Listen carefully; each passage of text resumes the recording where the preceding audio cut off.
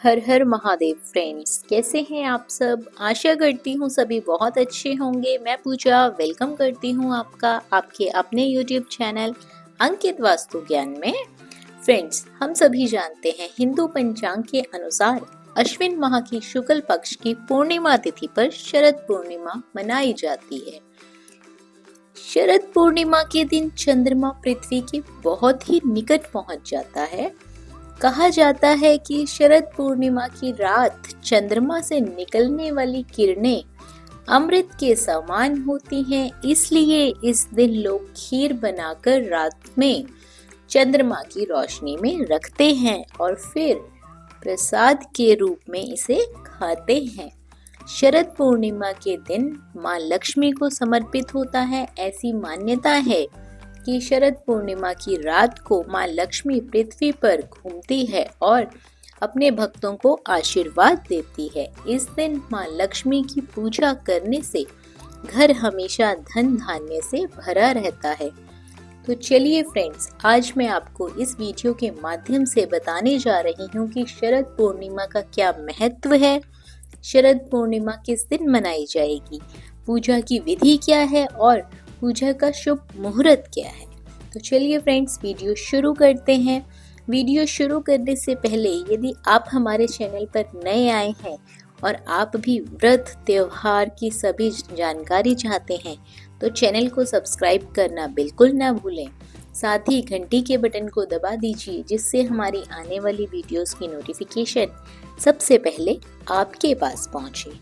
Friends, Sharad Purnima के दिन भगवान विष्णु और मां लक्ष्मी की पूजा करने का विशेष विधान है।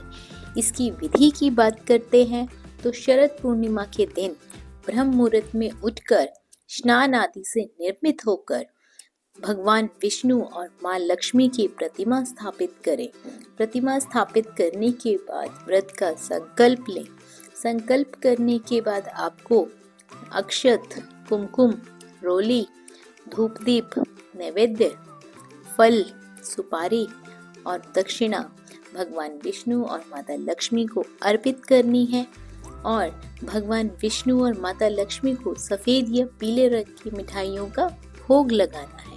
फ्रेंड्स, माता लक्ष्मी और विष्णु भगवान को भोग लगाने के बाद आप माता लक्ष्मी के मंत्रों का जाप कर सकते हैं, लक्ष्मी चालीसा का पाठ कर सकते हैं। माता लक्ष्मी और विष्णु भगवान की आरती जरूर करें और पूजा संपन्न होने के बाद शाम के समय मां लक्ष्मी और भगवान विष्णु की पूजा खत्म होने के बाद चंद्रमा को अर्घ अवश्य दें। फ्रेंड्स, रात के समय खीर बनाकर उसे चांद की रोशनी में रखें।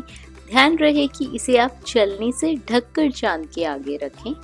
अगले दिन स्नान आदि से निर्मित होकर स्वच्छ वस्त्र धारण करके माता लक्ष्मी को इस खीर का भोग अवश्य लगाएं और खुद भी प्रसाद के रूप में इसे ग्रहण करें और परिवार वालों में भी इसे बांटें।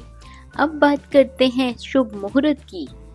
तो फ्रेंड्स, शरद पूर्णिमा की जो तिथि है वो 28 अक्टूबर दिन शनिवार को सुबह के समय 4:17 से शुरू हो जाएगी और इस तिथि का समापन अगले दिन 29 अक्टूबर को रात्रि में 1:53 में होगा। तो फ्रेंड्स, उदया तिथि के अनुसार पूर्णिमा के चंद्रोदय का समय दोनों ही 28 अक्टूबर को हो रहा है, इसीलिए शरद पूर्णिमा 28 अक्टूबर के दिन मनाई जाएगी। बात करते हैं चंद्रोदय के समय की। तो शरद पूर्णिमा के दिन चंद्रोदय का जो समय है वो 5:20 पर होगा। शरद पूर्णिमा पर माता लक्ष्मी की पूजा का जो शुभ मुहूर्त है वो रात्रि में 8:52 से 10:29 तक रहेगा। फ्रेंड्स, शरद पूर्णिमा में खीर का अपना ही एक अलग महत्व है। धार्मिक ग्रंथों के अनुसार चंद्रमा को मन और औषधि का देवता माना जाता है। साथ ही शरद पूर्णिमा की शीतल चांदनी में खीर रखने का भी विधान है। खीर में मौजूद सभी सामग्री जैसे कि दूध, चावल, चीनी, ये सभी चंद्रमा के कारक हैं। शरद पूर्णिमा के दिन खुले आसमान के नीचे खीर पर जब चंद्रमा की किरणें पड़ती हैं तो यही खीर अमृत बन जाती है। जिसको प्रसाद रूप में खाने से व्यक्ति काफी समय तक निरोगी रहता है और औषधियों से बचा रहता है। फ्रेंड्स, बात करते हैं शरद पूर्णिमा की कथा की, तो माँ लक्ष्मी और भगवान विष्णु का आशीर्वाद प्राप्त करने के लिए एक साहूकार की 2 बेटियां महीने में आने वाली हर पूर्णिमा को व्रत किया करती थी। इन दोनों बेटियों में बड़ी बेटी पूर्णिमा का व्रत पूरे विधि विधान से श्रद्धा भाव से किया करती थी, जबकि छोटी बेटी व्रत तो करती थी लेकिन व्रत के नियमों का पालन नहीं करती थी। नियमों को आडंबर मानकर उन्हें अनदेखा कर देती थी। जैसे ही दोनों बेटी बड़ी हुई, साहूकार ने दोनों बेटियों का विवाह कर दिया। बड़ी बेटी के घर समय पर स्वस्थ संतान का जन्म हुआ। छोटी बेटी को भी संतान हुई, लेकिन उसकी संतान ने जन्म लेते ही दम तोड़ दिया। उसकी जो भी संतान होती वो जन्म लेते ही दम तोड़ देती थी। जब उसके साथ ऐसा 2 से 3 बार हो गया, उसने एक ब्राह्मण को अपने घर बुलाया और अपनी पूरी कहानी बताई। साथ ही कहा कि मुझे इसका कोई उपाय भी बताइए। उसकी सारी बात सुनकर और कुछ प्रश्न पूछने के बाद ब्राह्मण ने उससे कहा कि तुम पूर्णिमा का व्रत अधूरा करती हो, इस कारण तुम्हें व्रत का पूरा फल नहीं मिल पा रहा है और तुम्हें अधूरे व्रत का दोष लगता है। ब्राह्मण की बात सुनकर छोटी बेटी ने पूर्णिमा के व्रत को पूरे विधि विधान से करने का निर्णय लिया, लेकिन पूर्णिमा आने से पहले ही उसने एक बेटे को जन्म दिया। जन्म लेते ही बेटे की मृत्यु हो गई। इस पर उसने अपने बेटे के शव को एक पीढ़े पर रख दिया और उसे ऊपर से एक कपड़े से इस तरह ढक दिया कि किसी को पता ना चले। फिर उसने अपनी बड़ी बहन को बुलाया और बैठने के लिए वही पीढ़ा दे दिया।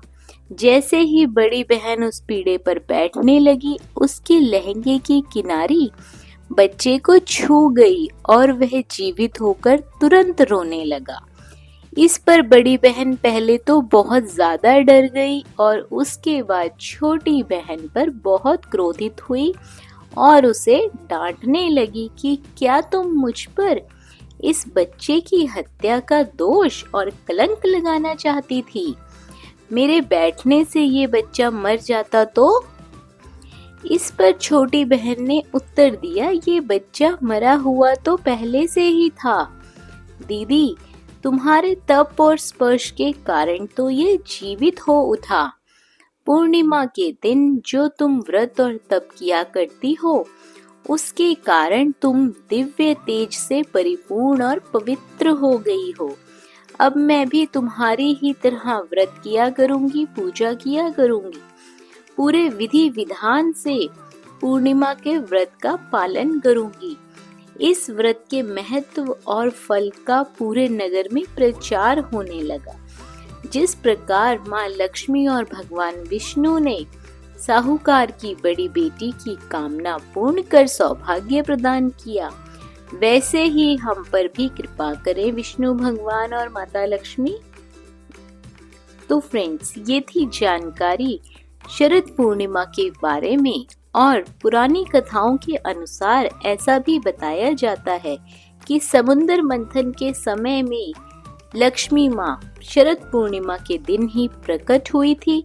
इसीलिए ऐसा माना जाता है कि शरद पूर्णिमा के दिन माँ अपने भक्तों पर कृपा बरसाने के लिए पृथ्वी पर विराजमान होती हैं। तो फ्रेंड्स, वीडियो अच्छी लगी हो, जानकारी पसंद आई हो तो वीडियो को लाइक और शेयर जरूर करें। बने रहिए आपके अपने चैनल अंकित वास्तु ज्ञान में। हर हर महादेव।